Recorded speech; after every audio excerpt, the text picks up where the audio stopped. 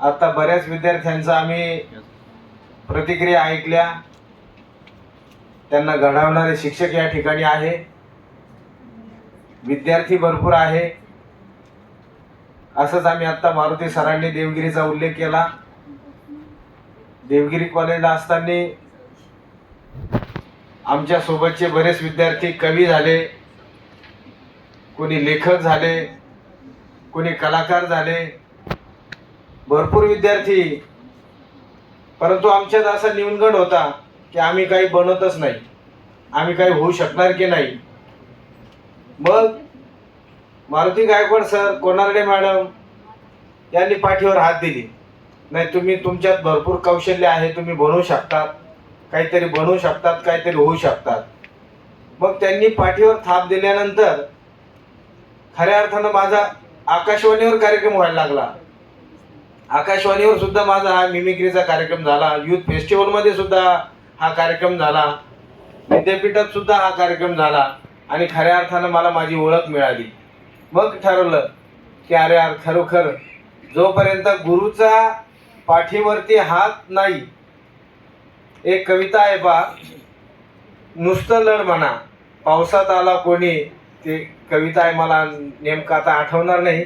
परंतु पाठीवर हात ठेवल्यानंतर गुरुजींनी की त्या विद्यार्थ्याच्या रोमरोमामध्ये काय संचारतं, त्याला आकाश पाताळ हे कसं एकत्र आलं असं कळत नाही. तो खऱ्या अर्थानं गदगदून जातो आणि असा गुरुचा हात असतो. म्हणून गुरु करावा. आणि आपले गुरुवारी या ठिकाणी आहे.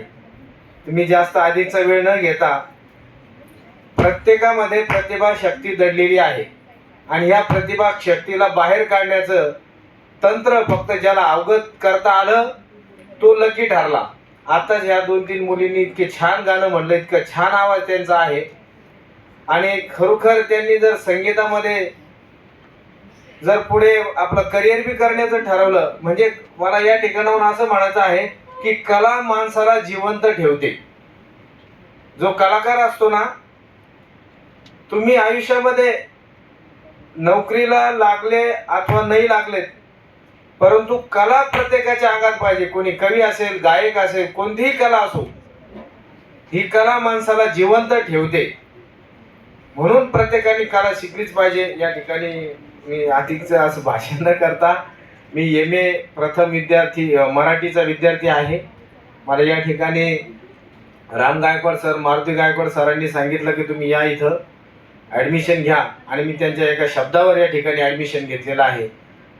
आणि मी या ठिकाणी आपली मिमिक्रीची कला कशी अवगत केली ते सांगतो आणि एक छोटासा नमुना मी करून दाखवतो. अगोदर मी वंदे मातरमची धून तुम्हाला म्हणून दाखवतो त्या कलेद्वारे.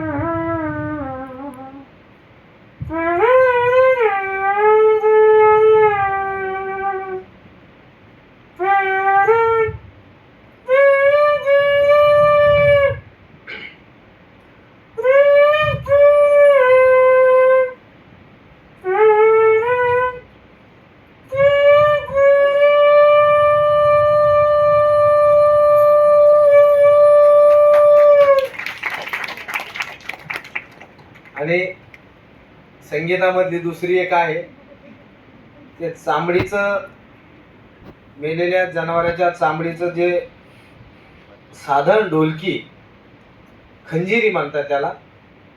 ती खंजीर कशी वाजते पहा.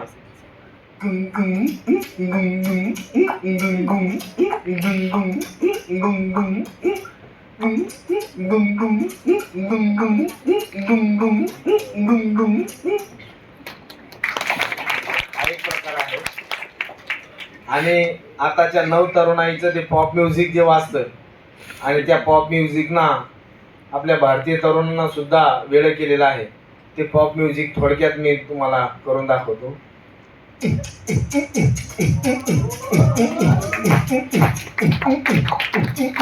म्हणजे याच्यात आवाज कसं कसं चेंज होत चालतो ते पण एक गणित आहे त्याच्यातलं.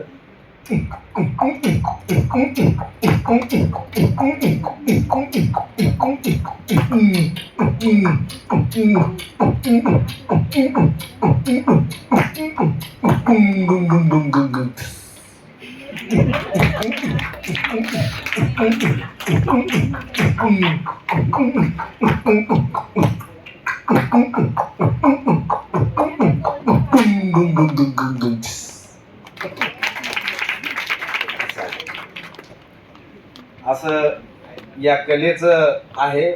मी थोडक्यात या ठिकाणी करून दाखवलं. त्याबद्दल तुम्ही मला या ठिकाणी बोलवलं, संधी दिली, म्हणून मी या ठिकाणी एकच सांगेन की कला माणसाला जिवंत ठेवते. प्रत्येकाने कला अवगत करावी. मग ती लिखाणाची असेल, वाचनाची असेल, बोलण्याची असेल, आता गायनाची असेल, परंतु कला जिवंत ठेवते. कलेला आत्मसात करा. ते साहित्यामधून होतं.